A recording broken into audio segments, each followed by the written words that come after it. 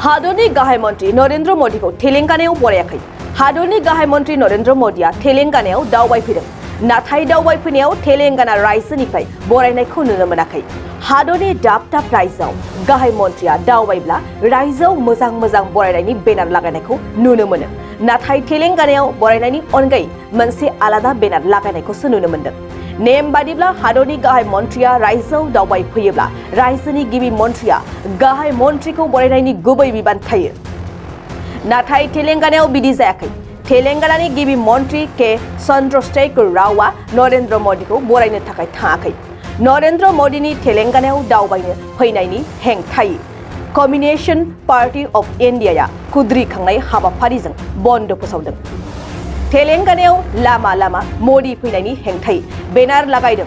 बे बेनाराव रोखा-रोखायै लिरनाय दं बाय बाय मदि आरो मदिनि नो एन्ट्रि टु तेलेंगाना। बेजों लोगोसे TRS नि दैदेनगिरिफोरा गो बेक मदि होननानैबो हेशटेग खालामना फोसावदों टुइटाराव। तेलेंगानायाव गोहोगोरा राजखान्थि दोलो TRS आ सरकार सालायगासिनो, नाथाय हादरनि गाहाय मन्त्रिखौ बरायाखै।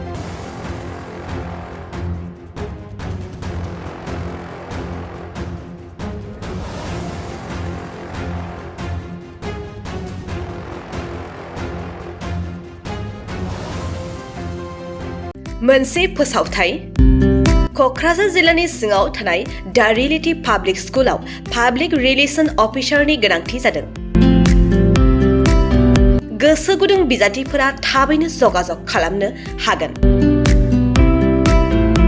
पाब्लिक रिलेशन अफिसारनि थाखाय बिजाथिया इंराजि आयदायाव MA खालामनाय जानांगोन, नङाब्ला मास कमिउनिकेशन एन्ड जार्नालिज्म आयदायाव MA खालामनाय जानांगोन। बिनि थाखाय जेबो एक्सपिरियेन्सनि गोनांथि गैया। डिग्री गोनां बिजाथिफोरा बयबो एप्लाइ खालामनो हागोन।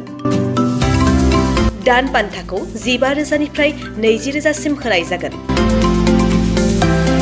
गोसो गुदुं बिजाथिफोरा realitypublicschool@gmail.com आव मेसेज हरनो हागोन, नङाब्ला 9435293000 जानबुं अनजिमायाव जगाजग खालामहरनो हागोन।